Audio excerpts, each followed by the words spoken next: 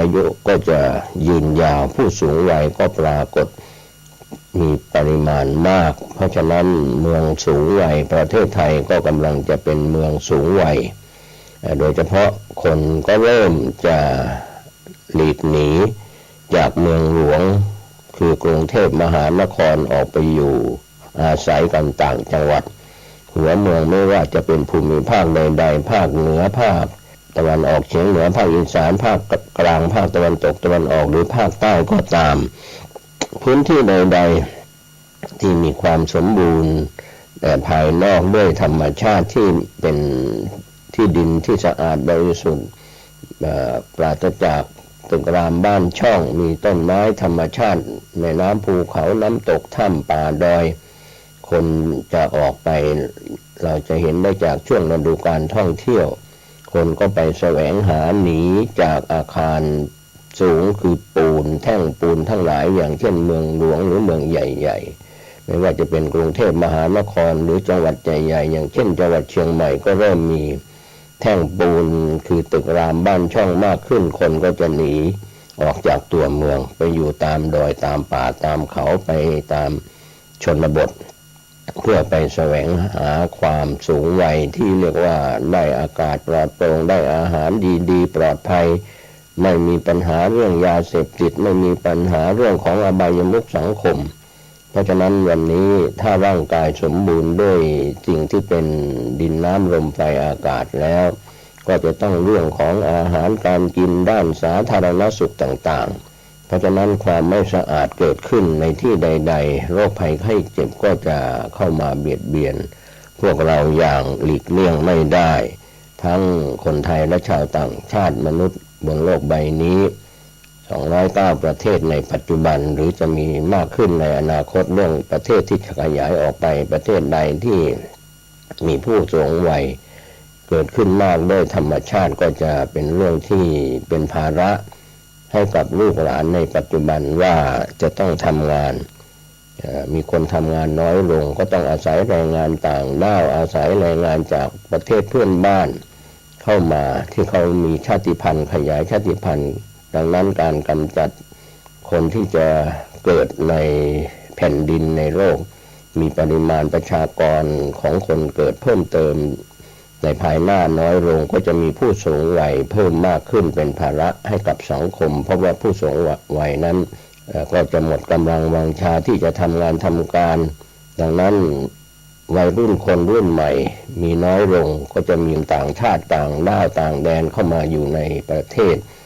อย่างเช่นในประเทศไทยเขาก็มองว่าประเทศไทยเป็นพื้นที่สีเขียวมีความอุดมสมบูรณ์ทางธรรมชาติก็จะทำให้คนนั้นต่างชาติต่างด้าวต่างแดนหลั่งไหลเข้ามาก็จะทำให้วัฒนธรรมประเพณีต่างๆเปลี่ยนแปลงไปนะครับท่านผู้ฟังดังนั้นวันนี้ถ้าเรามามองเรื่องของผู้สูงวัยในนานาประเทศไม่ว่าจะ209ประเทศประเทศเล็กประเทศใหญ่ประเทศกำลังพัฒนาหรือพัฒนาแล้วหรือได้พัฒนาก็แล้วแต่นะครับก็ถือว่าประเทศใดที่พัฒนาแบบเจริญด้วยวัตถุมากมายแต่ทางด้านจิตใจความสงบความไม่สะอาดทางด้านจิตใจความโลภความโกรธความหลงเกิดขึ้นมากมายก็ทำให้ผู้คนอายุในประเทศนั้นๆอาจจะไม่ยั่งยืนเพราะความสมบูรณ์ความสะอาดทางร่างกายด้านสาธารณสุขไม่มีดูตัวอย่างเช่นโรคภัยไข้เจ็บที่เบียดเบียนคนทั้งโลกตัวอย่างเช่นสถานการณ์โควิด-19 ที่ผ่านมาช่วง2 ปี3 ปีก็ทำให้เป็นปัญหาของสังคมมนุษย์สูงวัยหรือวัยต่างๆไม่ว่าจะเป็นวัยเด็กวัยกลางคนหรือวัยแก่ชราก็ตามวันนี้เราจะมองเห็นว่าคนที่มีอายุต่ำกว่า100 ปีจนถึง10 ปีที่กำลังถูกทำลายด้วยการทำผิดศีล 5เมื่อศีล 5มีผู้ทำผิดมากขึ้นมีการฆ่าสัตว์เป็นอาจิณลักทรัพย์เป็นอาจิณเสพความผิดเป็นอาจิณกล่าวคำหลอกลวงเป็นอาจิณดื่มเครื่องดื่มแอลกอฮอล์และยาเสพติดเป็นอาจิณก็จะทำลายวัยของตนนั้นลดน้อยลงไปจนถึง10 ปีคนเหล่านั้น เมื่อเข้ามาสู่กาลียุคอย่างเช่นในยุคปัจจุบันก็จะมีการฆ่ากันทะเลาะเบาะแว้งกันมีสงครามกลางเมืองมีสงครามโลกมีสงครามในกลุ่มในประเทศมีการก่อกบฏรัฐประหารต่างๆนี่เป็นนิมิตหมายประเทศใดที่มีการรัฐประหารไม่มีการปกครองประชาธิปไตยด้วยศีลห้าก็จะมีแต่ความวุ่นวายมีอำนาจของเผด็จการครอบงำก็จะมีการอ้างโกหกหลอกลวงกันคำว่าประชาธิปไตยก็จะถูกเป็นข้อโฆษณาชวนเชื่อในระบอบของประชาธิปไตยที่ไม่เต็มใบประชาชนก็หลงกลหลงลวงถูกลวงถูกพางถูกหลอกลวงด้วยคำว่าประชาธิปไตยแต่ความจริงแล้วเป็นอำนาจของเผด็จการของผู้นำประเทศไม่ว่าจะเป็นทหารตำรวจฝ่ายปกครองหรือประเทศใดๆก็ตามประเทศเล็กประเทศใหญ่ก็จะทำให้มีการทะเลาะเบาะแว้งสงครามในประเทศสงครามในระหว่างประเทศจนเกิดสงครามโลกเกิดขึ้นดังนั้นวันนี้เราต้องทำความเข้าใจว่าผู้คนมนุษย์ทั้งหลายเกิดมาแล้วเท่าไหร่ก็ตายเท่านั้นเกิดมาร้อยล้านพันล้านเป็นหลายพันล้านคนทั่วโลกก็ต้องตายไปตามวัยที่เกิดขึ้นมาไม่มีคำว่าเพิ่มปริมาณประชากรนั้นก็คือเขามีอายุสูงขึ้นมีวัยที่ตายช้าลงเรียกว่าทำให้มีเป็นภาระของสังคมในปัจจุบันและเป็นภาระสังคมต่อไปในอนาคตเรื่องอาหารการกินเรื่องที่อยู่อาศัยด้านสาธารณสุขก็จะมีปัญหามากขึ้นคนก็มีอายุลดน้อยลงแต่ส่วนคนที่มีอายุยืนนั้นก็เนื่องจากการดูแลสุขภาพด้านสาธารณสุขของส่วนตัวเรื่องการกินนอนหลับนอนการอาหารการบริโภคได้ของกินดีๆได้ที่อยู่อาศัยด้านสาธารณสุขและสิ่งแวดล้อมดีๆประเทศไทยเราเป็นพื้นที่สีเขียวก็จะกลายเป็นแท่งปูนมากขึ้นใน76จังหวัด77จังหวัดที่เราจะเห็นปัญหาต่างๆตามมาเพราะว่าผู้สูงวัยจะลดน้อยลงไปก็ไม่ใช่ว่าจะเพิ่มหรือจะลดผู้สูงวัยเพิ่มขึ้นและชาติพันธุ์คนเกิดใหม่ก็น้อยลงเพราะว่ามีการคุมกำเนิดมีการควบคุมประชากรความจริงประเทศที่เป็นประเทศใหญ่ๆที่เรารู้กันไม่ว่าจะเป็นจีนแผ่นดินใหญ่อินเดียโซเวียตหรืออเมริกาหรือประเทศใดๆที่มีประชากรหนาแน่นถ้าไปควบคุมประชากรที่จะเกิดใหม่ก็จะไม่มีผู้ทดแทนคนหนุ่มคนสาวคนเกิดใหม่ที่จะเป็นพลังงานสำคัญของการบริหารประเทศก็จะน้อยลงเพราะว่าการเกิดของคนนั้นก็ตายเท่านั้นแหละเกิดมาเท่าไหร่อายุยืนยาวไปพอวัยแก่ชราก็ทุกอย่างก็มีความเสื่อมดังที่เราได้ศึกษาในคำสอนว่าความชราที่ปรากฏก็คือคนแก่ที่มีอายุ10ปี60ปี70ปี80ปี90ปี100ปีก็แล้วแต่อันนี้เป็นความชราที่ปรากฏของผู้สูงวัยส่วนปรากฏชราความชราที่ไม่ปรากฏนั่นก็คือวัยเด็กที่แรกเกิดมาจากท้องแม่แล้วก็เติบโตขึ้นจนมี10ปี20ปี30ปี40ปี50ปีนั้นก็เป็นวัยทำงานวัยที่แข็งแรงจึงเป็นพลังงานของการทำงานของการบริหารประเทศเพราะฉะนั้นประเทศที่มีปัญหาเรื่องผู้สูงวัยก็จะเป็นภาระของสังคมผู้สูงอายุในประเทศนั้นๆดังนั้นสถาบันครอบครัวเราจะเห็นได้จากประเทศไทยมีพ่อแม่ที่มีอายุมั่นยืนยาวก็ต้องเป็นภาระของประเทศก็คือใช้งบประมาณแผ่นดินดูแลผู้สูงวัย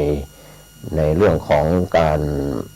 ต้องจัดสรรเงินเพื่อดูแลผู้สูงวัยเป็นภาระที่ทางรัฐบาลต้องเข้ามาดูแลส่วนหนึ่ง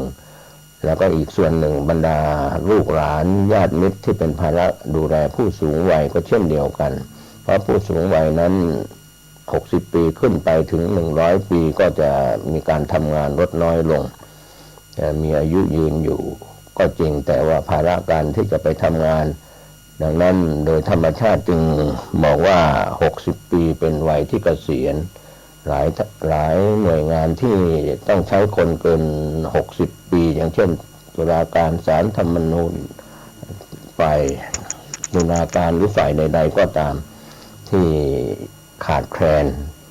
ก็จะต้องให้คน60ปีขึ้นไปถึง70ปีทำงานต่อจนถึง70ปีแล้วก็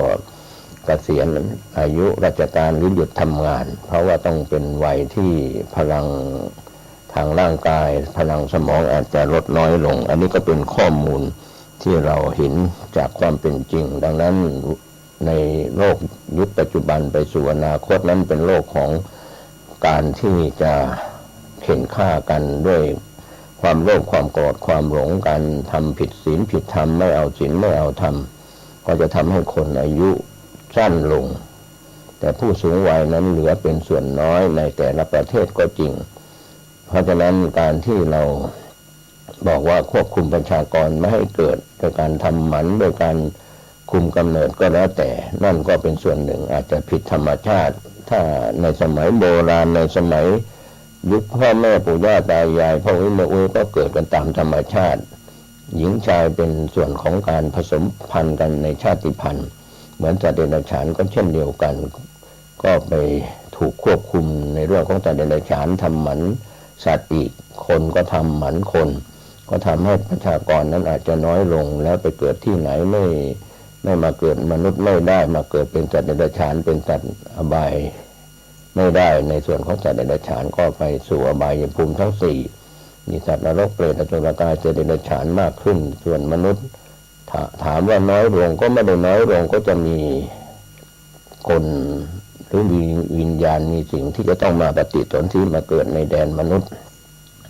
นั้นก็ไม่ใช่มีจำพวกของมนุษย์เราที่อยู่ในโลกใบนี้209ประเทศครับในถิ่นที่เราได้ศึกษากันมนุษย์อีก3ทวีปที่เหลือนั้นเป็นมนุษย์ที่มีอายุมั่นยืนยาวแน่นอน1,000 ปีเป็นอายุอย่างเช่นอุตรกุรุทวีปปุพาวิเทหทวีป700 ปีอมราโพยานทวีป500 ปีส่วนชาวชมพูทวีปพวกเรานั้นอายุขึ้นลงพระโพธิสัตว์จึงต้องมาบังเกิดในแดนของชมพูทวีปของพระโพธิสัตว์ทุกๆพระองค์ที่ล่วงไปแล้วพระสัมมาสัมพุทธเจ้าที่บรรลุธรรมสั่งสอนธรรมแล้วก็เสด็จดับขันธปรินิพพานไปแล้วก็ยังจะมีผู้นำศาสนาโดยเฉพาะพุทธศาสนาพระโพธิสัตว์จะมาบังเกิดก็มีข้อมูลที่น่าสนใจวันนี้ว่าปี2030ตามคริสตศักราชจะมีผู้สูงวัยครองเมืองมากแค่ไหนทำให้เราได้มาสู่มุมมองของประเทศไทยว่าสังคมสูงวัยของประเทศไทยก็เป็นเรื่องใกล้ตัวคนมากขึ้นหลายคนอาจจะมองข้ามว่าประเทศไทยก็เป็นหนึ่งปัญหาของผู้สูงวัยที่เราจะต้องเตรียมรับมือประเทศไทยในปี2030ก็นับไปจากปีนี้อีก7ปี2023ไปถึง2030เรานับปีคริสตศักราชแบบชาวฝรั่งนะครับก็เพราะว่าคนวิจัยก็เป็นคนไปศึกษามาจากเมืองนอกเมืองนาเป็นคนไทยไปเรียนก็ไปเอาปีคริสตศักราชมาปีพุทธศักราชก็คือบวกเข้าไปปีนี้ปี2566บวกเข้าไปเท่าไหร่ก็ว่ากันไปอีก7ปีก็ถือว่าจะมีผู้สูงวัยมากขึ้นสำหรับประเทศไทยมากถึง 40% ของประเทศเมื่อเป็นเช่นนี้ประเทศไทยจะมีจำนวนผู้สูงวัยในแต่ละจังหวัดมีมากมีน้อยขนาดไหนก็มีข้อมูลจากระดับประเทศของสถิติแห่งประเทศไทยหรือสถิติประจำจังหวัดสังคมสูงวัยเป็นสังคมที่มีสัดส่วนของผู้สูงอายุหรือประชากรที่มีอายุ60 ปีขึ้นไปเกินกว่า10%ของประชากรทั้งประเทศหรือเป็นสังคมที่ประชากรอายุ65 ปีขึ้นไปเกินกว่า7%ของประชากรทั้งหมดในขณะนี้ประเทศไทยมีจำนวนผู้สูงอายุตั้งแต่60 ปีขึ้นไปถึง15 ล้านคนนับเป็น 22% จากประชากรทั้งหมดของประเทศไทยก็ถือว่าเป็นสังคมสูงวัยหรือว่าสูงอายุอย่างสมบูรณ์และเป็นอันดับ2ของอาเซียนรองจากประเทศสิงคโปร์ถึงเป็นประเทศหมู่เกาะแต่ว่ามีผู้สูงวัยมากเป็นอันดับ1ของอาเซียนอันดับ2คือประเทศไทย แถมยังมีแนวโน้มจะเพิ่มมากขึ้นสำหรับประเทศไทยด้วยสาเหตุสำคัญของการเพิ่มสัดส่วนประชากรผู้สูงอายุอย่างรวดเร็วก็มาจาก2 ปัจจัยการลดลงของภาวะเจริญพันธุ์ก็คือการเกิดน้อยลงการคุมกำเนิดน้อยลงที่เรียกว่าการคุมกำเนิดมากขึ้นประชากรเกิดน้อยลงประเทศไทยมีอัตราการเจริญพันธุ์ลดลงมาเรื่อยๆนับตั้งแต่ปี 2517 จาก 4.9 ล้านคนลดลงมาต่อผู้หญิง1 คน 4.9 ล้านคนต่อผู้หญิง1 คนก็จะเหลือเพียงประมาณ 1.2 คนต่อผู้หญิง1 คนฉะนั้นการที่หญิงจะให้กำเนิดบุตรก็น้อยลงการลดลงของภาวะการตายทำให้อายุคนไทยยืนยาวตายช้าไม่ใช่ไม่ตายนะครับอายุก็คาดเฉลี่ยหลังจากแรกเกิดของคนไทยนั้นมีแนวโน้มที่จะเพิ่มสูงขึ้นเรื่อยๆขณะที่ผู้สูงอายุอยู่ที่80 ปีซึ่งคาดการว่าในอีก7 ปีข้างหน้าคนไทยจะมีอายุเฉลี่ยสูงขึ้นไปจาก80เป็น83 ปีเลยทีเดียวมีอายุยืนยาวขึ้นการเข้าสู่สังคมสูงวัยก็ก่อให้เกิดผลกระทบหลายด้านในแง่ของสังคมและเศรษฐกิจในแง่ของสังคมนั้นเป็นภาระแก่ผู้วัยทำงานเรียกว่าคนหนุ่มมีน้อยลงก็จะมีภาระการทำงานของคนวัยหนุ่มเป็นภาระคนแก่มีภาระที่จะต้องวัยหนุ่มจะต้องมาเลี้ยงดูแลผู้สูงวัยคนทำงานแล้วก็ต้องมาดูแลอย่างเช่นลูกหลานทำงานก็ต้องมาดูแลผู้สูงอายุที่เป็นปู่ย่าตายายพ่ออุ้ยแม่อุ้ยหรือเครือญาติทำให้ผู้สูงอายุเกิดปัญหาด้านสภาพจิตใจโรคว้าเหวโรคติดเตียงโรคสารพัดโรคของผู้สูงอายุก็จะตามมาทั้งด้านจิตใจมีปัญหาแล้วก็ร่างกายก็มีปัญหาตามมาขาดแคลนอาหารที่อยู่อาศัยหากไม่มีการวางแผนลูกหลานก็จะต้องคอยดูแลในช่วงบั้นปลายของชีวิตส่วนในแง่เศรษฐกิจนั้นเป็นวัยเมื่อวัยทำงานมีน้อยลงอาจส่งผลให้การขาดแคลนแรงงานก็นำไปสู่การหาแรงงานทดแทนเช่นเครื่องไม้เครื่องมือเครื่องจักรกลต่างๆแรงงานต่างด้าวที่จะเข้ามาสู่พื้นที่มากขึ้นผู้สูงอายุขาดรายได้ทำให้วัยทำงานต้องแบกรับภาระค่าใช้จ่ายมากขึ้นเป็นเงาตามตัวก็ส่งผลให้มีเงินออมและเงินลงทุนก็น้อยลงไปนะครับผู้สูงอายุในประเทศไทยทางด้านผลผลิตหรือรายได้จากประชาชนก็ย่อมน้อยลงตามไปด้วยรัฐบาลก็ยังจำเป็นต้องเพิ่มค่าใช้จ่ายทางด้านสวัสดิการกับผู้สูงอายุในขณะที่มีการจัดเก็บภาษีรายได้มาบริหารประเทศน้อยลงตามสัดส่วนของผู้สูงอายุที่ทำงานน้อยลงคนทำงานวัยมีอายุก็มากขึ้นหมายถึงว่าวัยทำงานมีน้อยลงสูงอายุมีมากขึ้นคนทำงานก็น้อยลงนะครับดังนั้นอีกไม่กี่ปีข้างหน้าอัตราส่วนจำนวนผู้สูงวัยจะมากขึ้นสำหรับประเทศไทยดูจังหวัดที่มีผู้สูงวัยมากมีจังหวัดแพร่ 45% คาดว่าเกิดจากการที่จังหวัดแพร่เชื่อว่าเป็นจังหวัดที่เป็นประตูสู่ล้านนาเป็นจังหวัดทางผ่านผู้คนเดินทางผ่านแต่ไม่ได้เข้าไปทางผ่านเข้าไปสู่ภาคเหนือไม่ได้ใช้เป็นที่อยู่อาศัยดังนั้นจังหวัดใดที่มีเป็นจังหวัดท่องเที่ยวก็เป็นปัญหาท่องเที่ยวในจังหวัดแพร่นั้นเป็นทางผ่านก็มีผู้คนเข้าไปอาศัยอยู่และไปท่องเที่ยวน้อยลงก็มีข้อจำกัดเรื่องแหล่งน้ำรวมถึงการบุกรุกทำลายป่าทำลายเศรษฐกิจในพื้นที่ด้านเกษตรกรของจังหวัดเติบโตได้อย่างยากลำบากอย่างเช่นที่จังหวัดแพร่ปัญหาตัดไม้ทำลายป่าปัญหาทั้งหมดทำให้จังหวัดแพร่เศรษฐกิจเติบโตได้ช้าส่งผลให้ผู้คนรุ่นใหม่ก็ไม่เลือกตั้งถิ่นฐานจากจังหวัดแพร่ไปอยู่จังหวัดอื่นนะครับลูกหลานในจังหวัดแพร่ก็ร่ำเรียนไปอยู่ในจังหวัดอื่นเหลือเพียงผู้สูงอายุอยู่ในจังหวัดคงเป็นรายงานวิเคราะห์จากสถานการณ์จังหวัดแพร่ระหว่างปี 2558 ถึง 2561 ส่วนจังหวัดสมุทรสงครามมีผู้สูงอายุ 42% นั้นก็ปัญหาผู้สูงอายุนั้นถูกทอดทิ้งอยู่ในพื้นที่อยู่คนเดียวบ้างมีปู่ย่าตายายไม่มีลูกหลานดูแลนั่นแหละครับก็ถือว่าเป็นภาระ ลูกหลานจะต้องเคลื่อนย้ายไปรายงานไปยังจังหวัดอื่นๆก็เป็นข้อมูลจากแผนพัฒนาจังหวัดสมุทรสงครามระหว่างปี 2558 ถึง 2561 ส่วนจังหวัดอุตรดิตถ์นั้นมีผู้สูงอายุ 41% ก็เช่นเดียวกันนะครับก็เป็นทางผ่านผู้ที่จะมาอาศัยอยู่ในจังหวัดอุตรดิตถ์นั้นก็มีคนเดิมๆมีผู้สูงวัยมากคนหนุ่มคนสาวก็เคลื่อนย้ายแรงงานออกไปดังนั้นอัตราส่วนของผู้สูงวัยที่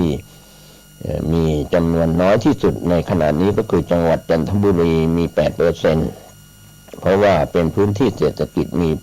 เป็นพื้นที่ประชากรมีรายได้คนก็หลั่งไหลเข้าสู่จังหวัดจันทบุรีผู้สูงวัยก็มีน้อยก็เป็นการประมาณการจากสำนักงานคลังจังหวัดจันทบุรีในปี 2565 แนวโน้มปี 2566 ก็จะมีผู้สูงวัยน้อยลงนะครับแล้วก็ทำให้ปริมาณข้อเปรียบเทียบต่างๆเพราะว่าคนก็จะเข้าไปอยู่อาศัยไปแย่งในเรื่องของการทำมาหากินที่อยู่อาศัยก็จะแออัดยัดเยียดขึ้นดังตัวอย่างกรุงเทพมหานครคนกำลังจะหนีออกจากกรุงเทพมหานครไปอยู่ต่างจังหวัดฉันใดก็ฉันนั้นวันนี้ผมเกษตรเพชรสมิทธิ์ก็นำท่านคิดพิจารณาเรื่องของผู้สูงวัยที่แก่ชราแล้วตายช้านั่นแหละครับก็ยังเป็นภาระกับสังคมโดยคนหนุ่มสาวให้กับลูกหลานขอทุกคนทุกท่านได้รักษาร่างกายและจิตใจสมบูรณ์บริบูรณ์สุขกายสุขใจวันนี้และวันหน้าเป็นผู้สูงวัยที่ต้องทำงานเป็นผู้สูงวัยที่มีคุณภาพทุกรูปทุกนามสวัสดีครับญาติโยมท่านสาธุชนผู้ฟังทั้งหลายทุกท่านทุกคนวันนี้รายการปกิณกะแห่งธรรมะสเพเหระอันนั้นหน่อยอันนี้หน่อยเหมือนแกงโหแกงแคมาปบมาพระปะปะออกไม่ออกญาติโยมอันเป็นตีหักอันเป็นตีนับถือของตุเจ้าทุกท่านทุกคนทุกสารทิศที่ฟังรายการปกิณกะแห่งธรรมะและที่บ่ได้ฟังทุกท่านทุกเจ้าน้องตองฮักนับถือหมดทุกสารทิศดังกล่าวรายการนี้มีเป็นประจำทุกวันตั้งแต่เวลาบัดเดี๋ยวนี้เป็นต้นไปและก็ทางสถานีวิทยุแห่งนี้ต้องขออนุโมทนาสาธุกับคุณโยมเจ้าหน้าที่ทุกท่านทุกคนของสถานีวิทยุทั้งหลาย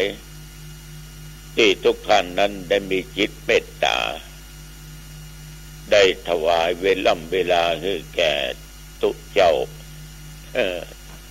ตุเจ้าก็จึงได้มีโอกาสนำธรรมะมาเผยแผ่ขออนุโมทนาต่อทุกท่านเป็นอย่างมากขอขอบใจเน้อ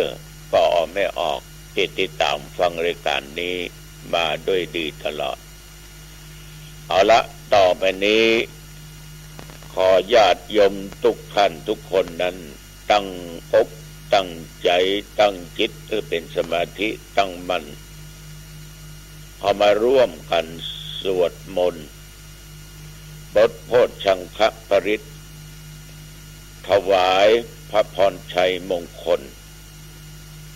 แด่องค์สมเด็จพระเจ้าลูกเธอเจ้าฟ้าพัชรกิติยาภา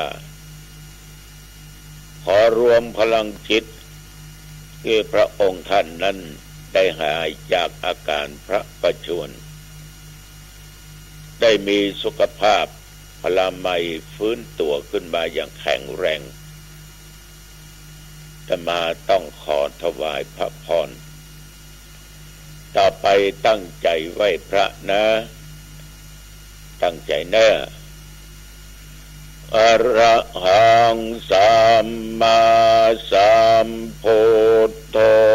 ภะคะวาพุทธังภะคะวันตังอภิวาเทมิก ราบพระพุทธสวากาโตภควตาธัมโมธัมมังนัมมัสสามิกราบพระธรรมสุปฏิปันโนภควโตสาวกสังโฆสังฆังนัมมามิกราบพระสงฆ์ต่อไปตั้งใจกล่าวคำนมัสการพร้อมกันไปนะโมตัสสะภะคะวะโตอะระหะโตสัมมาสัมพุทธัสสะนะโมตัสสะภะคะวะโตอะระหะโตสัมมาสัมพุทธัสสะนะโมตัสสะภะคะวะโตอะระหะโตสัมมาสัมพุทธัสสะพุทธังสารนังคัจฉามิธัมมังสารนังคัจฉามิสังฆังสารนังคัจฉามิตุติยัมปิพุทธังสารนังคัจฉามิตุติยัมปิธัมมังสารนังคัจฉามิตุติยัมปิสังฆังสารนังคัจฉามิตติยัมปิพุทธังสารนังคัจฉามิตติยัมปิธัมมังสารนังคัจฉามิตติยัมปิสังฆังสารนังคัจฉามิยะโตหังภาเกนิอาริยายะชาติยาชาโตนาปิชานามิสัญจิจะปานังชีวิตาโบโลเปตาเตนะสัจเจนะโสทิเตโหโตโสติขัพพัสสะโพชังโคสันติสังฆาโตธัมมานังวิจโยตถาวิริยัมปิติปัสสติโพชังคาจะตถาปะเรสัมมาตุเปขะโพชังคาสัตเตเตสัพพะทักษินามุนินาสัมมาทักขาตาภาวิตาภาอุลิกาตาสังวัตตันติอาปิญญายะนิพพานายะจาโพธิยาเอเตนะสัจจวัตเชนะโสทิเตโอโตสัพปะทาเอกัสสัพมิงสะมะเยนะโทโมขันลานัญญากัสสะปังกิลาเนตุกิเตติสสวาโพชังเคสัตตะเทสายิเตจาตังอะกินันติตัวโรคามุตจิงสุตังคะเนเอเตนะสัจจวัตเชนะโสติเตโหตุสัพพะทาเอกทาธัมมราชาปิเกลันเยนะปิปิริโตจุนทัตเถเลนะตัญเยวะพันนาเปตัวนะสาทะลังสัมโพธิตัวจะอาภาธาตัมหาพุทธาสิฐานาโสเอเตนะสัจจวัตเชนะโสทิเตโหโตสัพพะทาปะ เยนาเตจาอาภาธาตินนันนัมปิมาเยสินังมัคคาหาตะกิเลสาวะปัตตาโนปัตติธัมมาตังเอเตนะสัจจวัตเชนะโสทิเตโหโตสัพพทาภวะโตสัพพะมังคลังรักขันตุสัพพะเทวตาสัพพะพุทธานุภาเวนะสัทธาโสทิภวันตุเตภวะโตสัพพะมังคลังรักขันตุสัพพะเทวตาสัพพะธัมมานุภาเวนะสัทธาโสทิภวันตุเตภวัตโตสัพพะมังคลังรักขันตุสัพพะเทวตาสัพพะสังฆานุภาเวนะสัทธาโสทิภวันตุเตขอถวายพระพรชัยมงคลเพื่อแก่สมเด็จพระเจ้าลูกเธอเจ้าฟ้าพัชรกิติยภาขอพระองค์ท่านนั้นได้ทรงหายจากอาการพระประชวรเร็วพลันมีสุขภาพทางกายทางใจแข็งแรงมีพระชนมายุยิ่งยืนนานได้120 พระพรรษายิ่งขึ้นไปขอถวายพระพรกรมอุตุได้ประกาศบอกว่านับตั้งแต่เมื่อตะวันวามาจนถึงปัจจุบันนี้แถวบริเวณหนองตองและวัดหนองตอง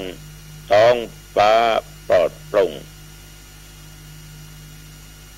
แมลงมีเมฆหน่อยแล้วก็มาได้มีการรายงานว่ามีฝนตกที่ไหนที่ใดก็มาหันฝนตกสักเม็ดปัจจุบันนี้อุณหภูมิ18 องศาก็เรียกว่าดีกว่าตะวันวาอบอุ่นขึ้นมาแหมน้อยตัวเจ้าอยู่ในห้องนั่งบรรยายธรรมะให้ญาติโยมฟังเวลาเดินให้ตุ้มพระตัวไปเนาะ เอาเปรียบสถานเนาะตุ้มพระตัวผืนนี้ใจห่มแล้วก็ใจตุ้มนั่งอยู่บนเตียงเนี่ยไปที่ไหนนะญาติโยมทั้งหลายอยู่ในห้องก็ปิดประตูเนี่ยหน้าต่างเนี่ยลมมันได้พัดเข้ามาลุเนาะมันก็เลยมีความอบอุ่นระยะนี้ก็ต้องรักษาสุขภาพบอกว่าโยมและอาตมะขนาดเขาเป็นตัวเจ้าเนี่ยมันยังจะหิไอเป็นวัดเป็นเตือนนะขนาดเป็นตุมันก็ยังบอกเว้นนะ อย่างบอกตุเนาะ ว่าแล้วก็ไอแล้วไปพบไปปะญาติโยมหลายท่านไอถ้าจะเป็นวัดบางคนมานั่งอู้นั่งจ่ามานิมนต์ฟุตฟิตฟอไฟเอากำก็7 ขี้มูกก็กำก็7 ขี้มูก ขนาดเปิ้นใส่หน้ากากนั่นนะแต่เปิ้นก็เข้ามาไหว้เข้ามาสาธุเจ้าก็บอกว่าเป็นวัดเนอะหลวงพ่อเป็นวัดเนอะท่านบึนฮ้อนบึนหนาวอยู่เนี่ยตอนบ่ายมาอากาศก็เริ่มร้อน ก็ธรรมดาละญาติโยมทุกสิ่งทุกอย่างเมื่อมันมีการเปลี่ยนแปลงร้อนกระทบหนาวกระทบร้อนก็ต้องระวังกินยาสำหรับตนอาตมาภาพนั่นน่ะสมาตะถ้าน้ำมูกไหลใส่ออกมานะก็เอานะฟ้าทลายโจรนะที่เคยอุ่น7 ใบทำความสะอาดเรียบร้อยก็มาซ้อนกันหักปึ่งใส่แก้วน้ำร้อนตามเข้าไปหรือน้ำร้อนใส่ก่อนแล้วก็ใส่ยาลงไปละไว้ทิ้งไว้ประมาณ20 ถึง 30 นาทีเอามาดื่มอึกบัดถึง20 นาทีสมาเตะขี้มูกใส่ไหลออกมาหายแซ่บ อันนี้มันได้กินมาหลายวันแล้วนะเพราะบางคนก็บอกว่าตัวลุงไปกินบ่อยเนอะอันตรายนะเป็นว่าเขาก็ต้องฟังเขาก็จะกินถึงวัน3-4 วันเดี๋ยวนี้เตือนเป็น5-6-7 วันหมดมีเนื้อไข่สะหน่อยนะลองกินเถอะโยมหายแต่ด้วยเจ้าขอเตือนสติอย่างหนึ่งจะไปประมาทกาดจะไปตกเนอะโควิดมันยังมีอยู่นะแล้วเขาก็หมูว่าภัยติดภัยบัติดเพราะประเดี๋ยวมันเป็นข่าวคราวเหมือนตะก่อนละบางคนก็ติดโควิดก็ยังไปเอี่ยวให้อยู่เอี่ยวนี่อยู่ไปจ่ายกาดพ่องเป็นนั่งในร้านกินข้าวพ่องก๋วยเตี๋ยวพ่องเวลามันกินเนี่ยมันเปิดหน้ากากออกต้องระมัดระวังจะขอฝากกับญาติโยมต้องหูตัวว่าตัวเองติดจะไปแปดไปเปื้อนไผ่ท่านทั้งหลายถึงมันบรุนแรงร้ายแรงมันก็ถึงตายได้นะมันเป็นข่าวอยู่ที่เขามามาจาให้ฟังเนี่ยบอกว่าเปิ้นบอกว่าตัวนะเจ้าก็จ้างเตอะคนบ้านก็จ้างเตอะเรื่องโรคภัยไข้เจ็บเป็นเรื่องที่ทุกคนจะหลีกมาได้หนีบ่พ้นแม้แต่องค์สมเด็จพระสัมมาสัมพุทธเจ้าก็ยังได้ตะลงโลกาเปียธิโยมพระมหาเถระจุนทเถระเนี่ยเป็นนั่งสวดบทโพชฌงค์ถวายแก่พระพุทธองค์จนหายจากอาการพระประชวรของพระพุทธองค์พ่อแม่พี่น้องญาติโยมที่เขามานั่งสวดกันอยู่ถึงวันนี้นะสวดถวายพระพรชัยมงคลส่วนหนึ่งสวดแก่ญาติแก่โยมที่ฟังรายการส่วนหนึ่งญาติโยมมีหนังสือเปิดอ่านไปโดยสวดไปโดยก็จะเป็นมังคละเป็นมงคลแก่ตัวตนบางคนก็อาจจะโต้แย้งในจิตในใจว่าอีก็องค์ยาก็ยุบเนี่ยกะตุ สวดก็ออกะองค์ยาบารมีก็ได้อะโยมมันก็แก้กันไปช่วยกันไปกันอันน้อยนี่น้อยกันเนาะคนเฮาอ่ะมันก็ต้องแก้ไปคือคนเฮาเนี่ยญาติโยมบางครั้งอย่างข่าวเขาได้ยินได้ฟังตายแล้วฟื้นตายแล้วไปฟื้นได้ยังไงมันมีแล้วนะตายแล้วมันเน่าเป็น3-4 วัน5 วันบุ่นเนี่ยเนื้อตัวยังอุ่นอยู่มันก็มีแล้ว ญาติโยมทุกสิ่งทุกอย่างนั้นก็บ่ได้หมายความว่าจะเชื่อให้หมดเพิ่นถึงสอนบอกว่าจะเชื่ออย่างต้องมีมูลมีเหตุดูไปมันอาจจะเกิดจากสิ่งนั้นสิ่งนี้ก็ได้กับอากาศก็ได้อะไรอย่างก็ได้ตัวเจ้าหนองตองน่าจะตายแล้วแต่มันบ่ตายก็น่าคิดนะคนนั้นคนนี้น่าจะตายพอไปสุมาแก้วทั้งสามละ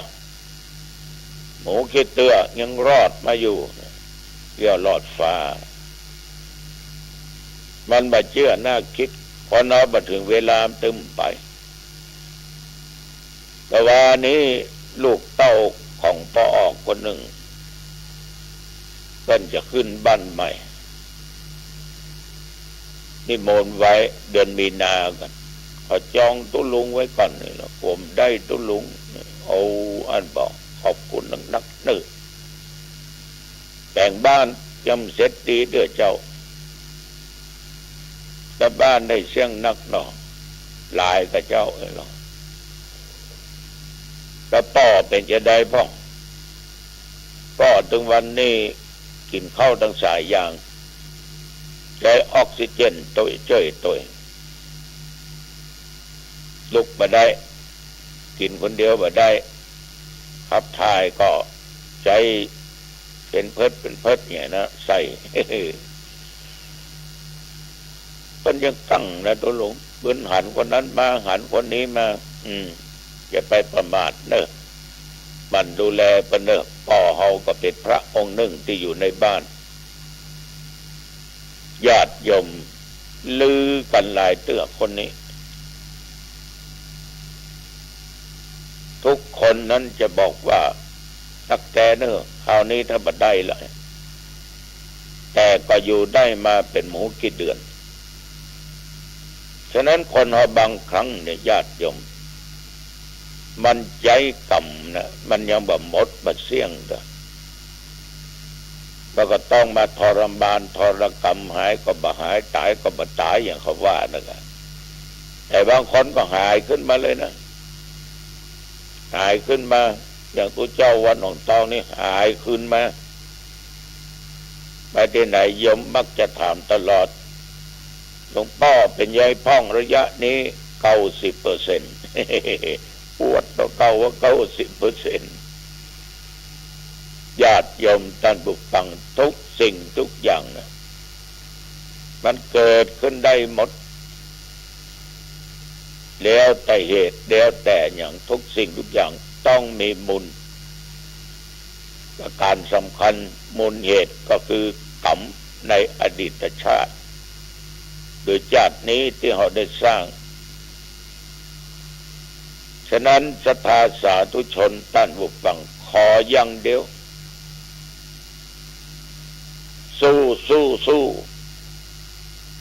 จะไปยอมท้อยอมถอยจะไปยอมค้านมันไหว้พระสวดมนต์มันเจริญสมาธิภาวนาทำจิตใจให้สงบเถอะปล่อยวางอย่าพ่องปงลงอย่าพ่อง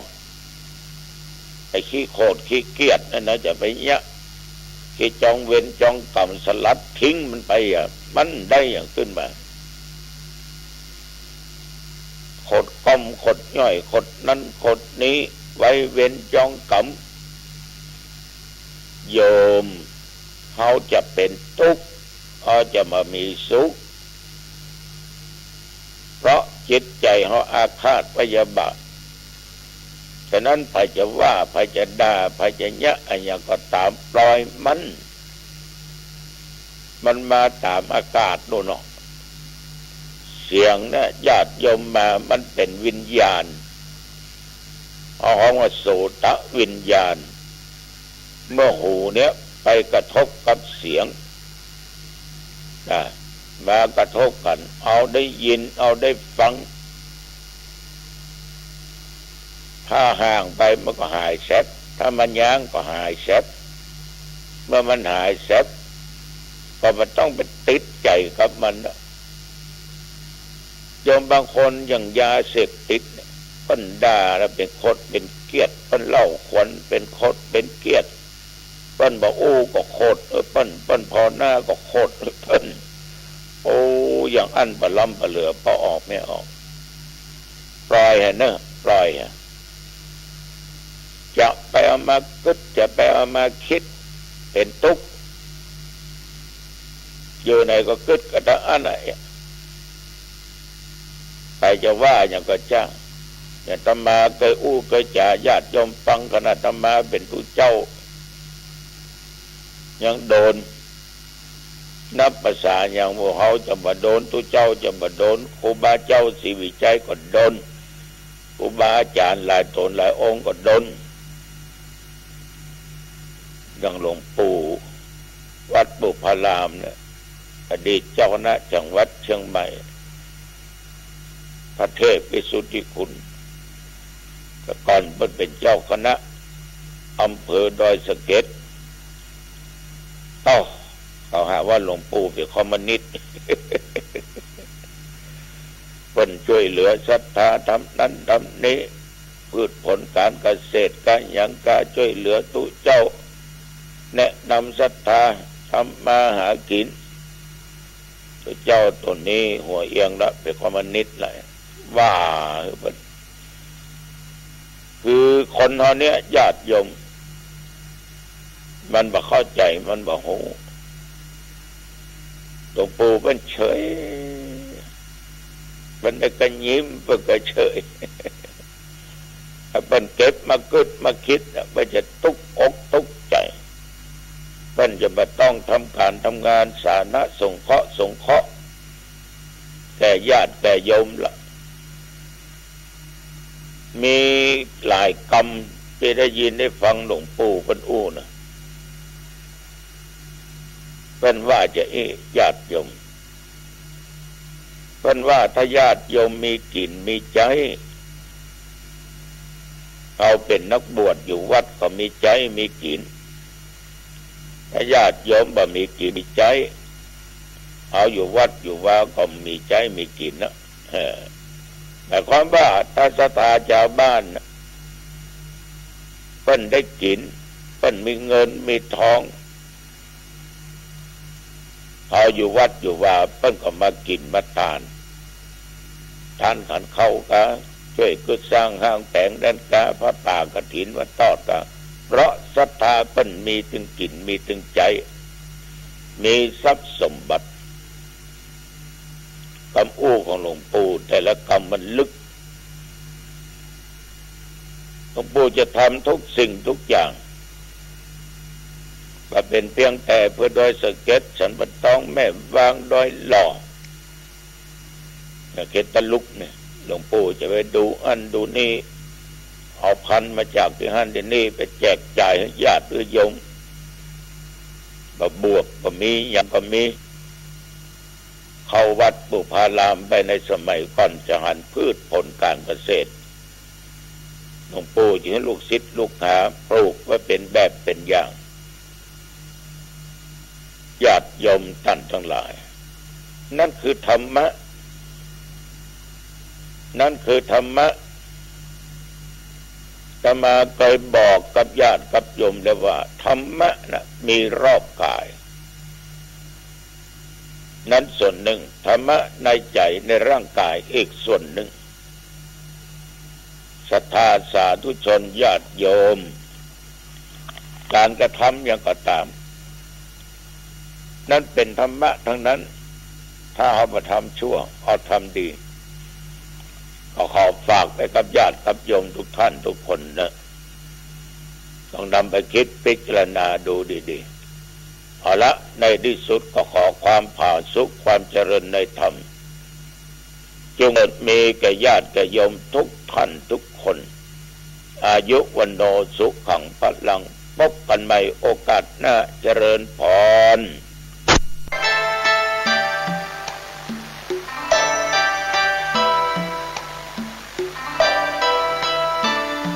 ข่าวสารเพื่อการประชาสัมพันธ์ขอเชิญชวนศรัทธานักศีลนักบุญทั้งหลายร่วมงานทำบุญสร้างศาลาการประเรียน ระหว่างวันที่ 17 18 19 กุมภาพันธ์ พุทธศักราช 2566 ณ วัดพระธาตุดอยอุกแก้ว จามเทวี บ้านแพะดินแดง ตำบลฮอด อำเภอฮอด จังหวัดเชียงใหม่ ในงานนี้ได้รับเมตตาธรรมโดยการนำของท่านพระอาจารย์เทพนรินทร์ ชินรังสี จากอำเภอวังสามหมอ จังหวัดอุดรธานี ร่วมบวชชีพราหมณ์มหากุศลปลูกป่าสร้างธรรมสามัคคีตักบาตรพระสงฆ์ผู้ทรงศีลบวงสรวงสืบชะตาร่วมพิธีอันศักดิ์สิทธิ์ตลอดวันบุญอันยิ่งใหญ่เป็นประวัติศาสตร์ในชีวิตสร้างบุญหนุนนำให้การสนับสนุนอำนวยการอุปถัมภ์โดยพระอาจารย์สวัสดิ์ทิตะปัญโยกำหนดการ17 กุมภาพันธ์ 2566 16 นาฬิกา 9 นาทีพิธีบวชชีพราหมณ์ 20 นาฬิกา 9 นาทีเจริญพุทธมนต์มหาสมัยยสูตรเสริมดวงสืบชะตา 18 กุมภาพันธ์ 10 นาฬิกา 9 นาทีถวายภัตตาหาร 14 นาฬิกา 39 นาทีเจริญพุทธมนต์มหาสมัยยสูตรเสริมดวงสืบชะตา 18 นาฬิกาเริ่มพิธีจุดเทียนชัย 19 นาฬิกา 9 นาทีบวงสรวงเปิดหน้าดินแม่ธรณีองค์การเชิญเทพยดา 21 นาฬิกา 9 นาทีวางศิลาฤกษ์ศาลาการประเรียนและยกเสาเอกประธานในพิธีโดยการนำของท่านพระอาจารย์เทพนรินทร์ชินรังสีท่านที่จะร่วม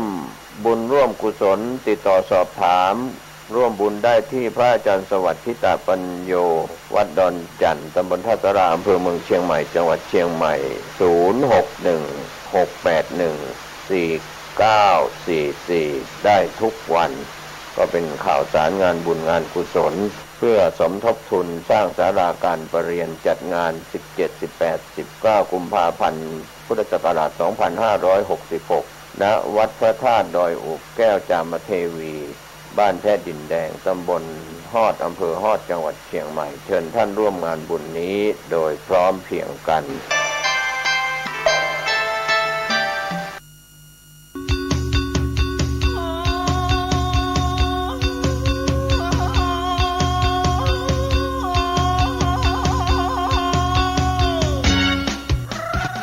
ข่าวสารเพื่อการประชาสัมพันธ์ขอเชิญชวนศรัทธานักศีลนักบุญทั้งหลาย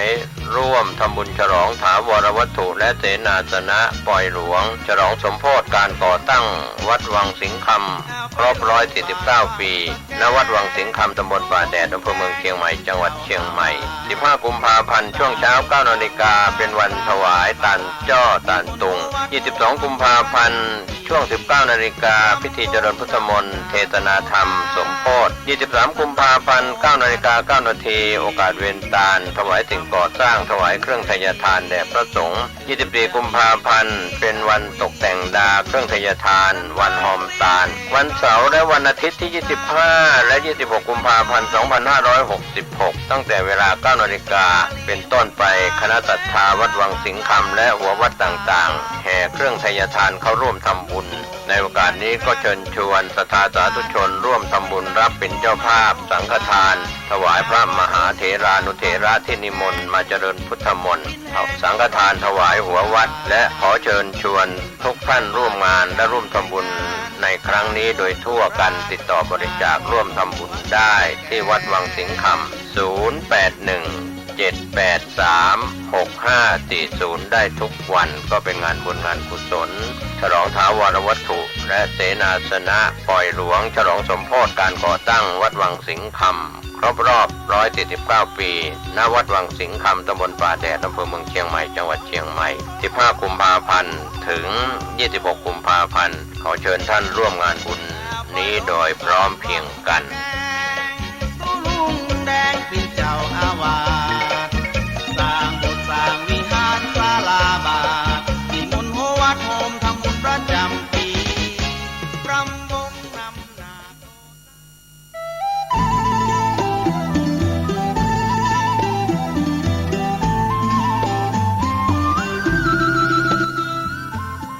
ข ข่าวสารเพื่อการประชาสัมพันธ์ด้วยพลังพุทธานุภาพธรรมานุภาพสังฆานุภาพเทวานุภาพนาคานุภาพแห่งบรมครูครูบาอาจารย์ปู่ฤาษี108เจ้าภาพสร้างหล่อปั้นพระพุทธรูปพระเจ้าทันใจโดยมีคุณแม่ชี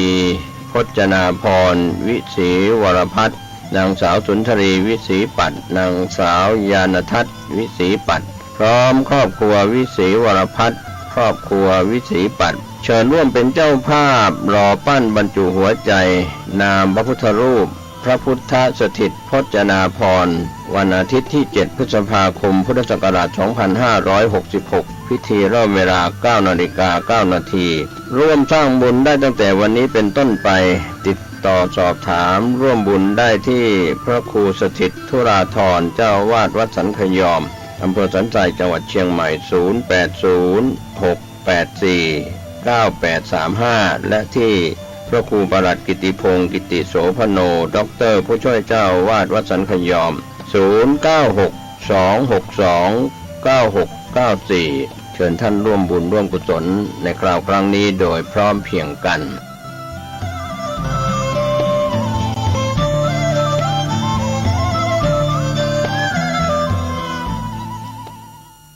สวัสดีครับท่าน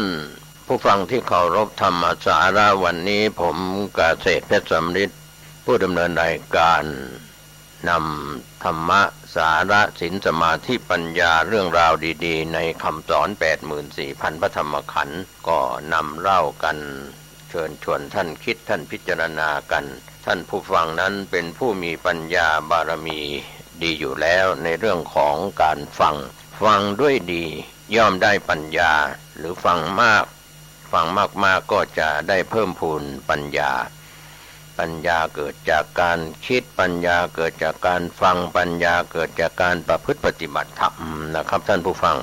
หลายคนหลายท่านท่ามกลางอากาศที่หนาวเย็นอากาศที่ร้อนหรืออากาศที่มีฝนตกในขั้วของแต่ละโลกขั้วโลกเหนือขั้วโลกใต้ในแถบใดของ209ประเทศมีทั้งฤดูฝนฤดูหนาวฤดูร้อนฤดูใบไม้ผลิฤดูใบไม้ร่วงอะไรต่างๆก็แล้วแต่นะครับก็เรื่องของการเวลาไม่สามารถจะไปเรียกร้องกลับคืนมาได้ที่เป็นอดีตการเวลาที่ผ่านไปแล้วเรียกร้องไม่ได้จะเป็นเรื่องราวที่ทุกข์ก็เรียกร้องไม่ได้ที่สุขก็เรียกร้องไม่ได้ไม่ทุกข์ไม่สุขก็เรียกร้องไม่ได้ในโลกปัจจุบันเราจึงเห็นการ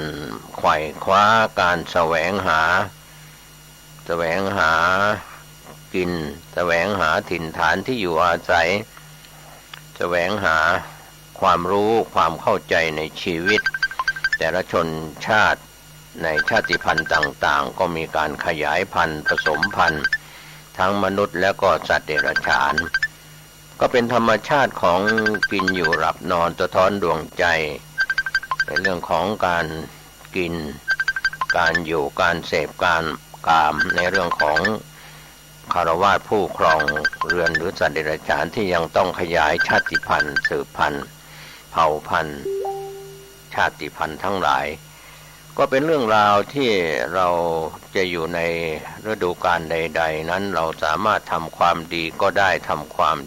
ชั่วก็ได้ทำสิ่งที่เป็นเรื่องของผิดกฎหมายต่อศีลธรรมต่อกฎหมายของบ้านเมืองทำเรียกว่ากฎแห่งกรรมนั้นมี2อย่างกฎแห่งกรรมดีทำความดีก็เป็นความสุขความเจริญกฎแห่งกรรมชั่วก็เป็นความทุกข์ความเดือดร้อนส่วนกฎหมายก็มนุษย์เราตราขึ้นบัญญัติขึ้นเป็นวินัยเป็นบัญญัติเป็นเรื่องของกฎหมายอาจจะแก้ไขเปลี่ยนแปลงได้ดังนั้นที่พระมหาเถระครูบาอาจารย์ว่าศีลธรรมไม่กลับมาความจริงก็ไม่ได้ไปไหนออกไปจากจิตใจของคนเราก็ทำให้ห่างหายไปจากศีลธรรมไม่ได้ไปไหนก็คือไม่ได้น้อมนำหรือไม่ได้นำศีลธรรมมาประพฤติปฏิบัติอย่างเช่น ครูบาเจ้าศรีวิชัยเป็นครูบาศีลธรรมที่ชาวล้านนาหรือชาวพุทธในยุคอดีต100 กว่าปีมาแล้ว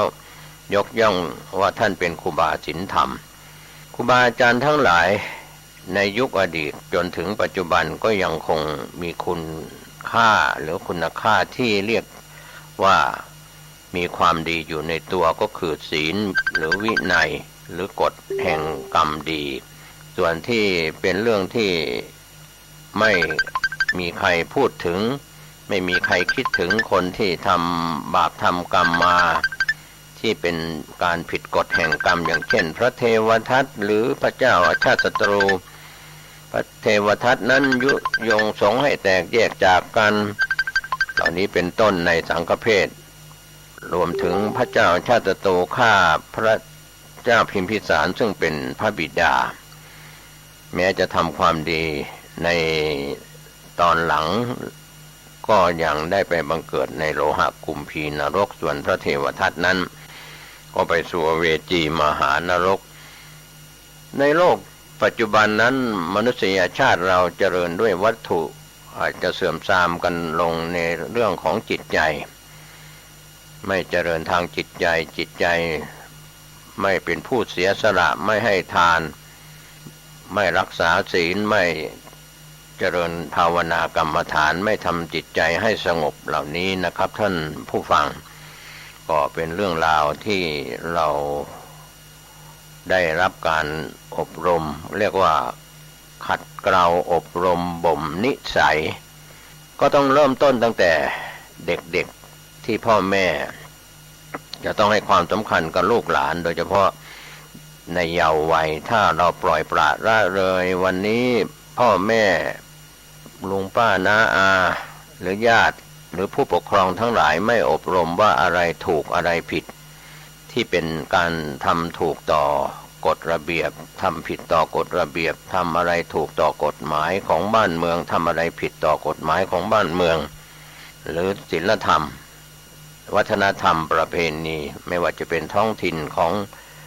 คนในชาติชนในชาติทั้งในชาติและต่างชาติก็ตาม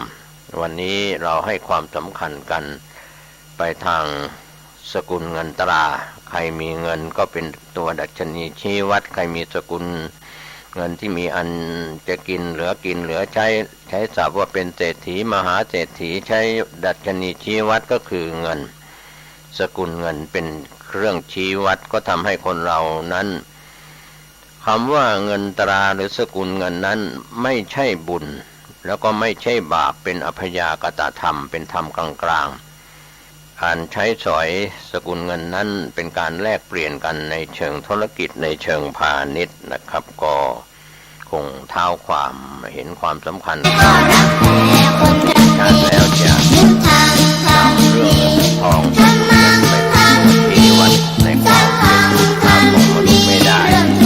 คุณค่าของความเป็นมนุษย์ที่มีก็คือมนุษย์ด่านมนุษย์โลตัวเป็นมนุษย์ใจเป็นมนุษย์ก็คือรักษาศีลพื้นฐานก็คือเบสิกของศีลของความเป็นมนุษย์ก็คือ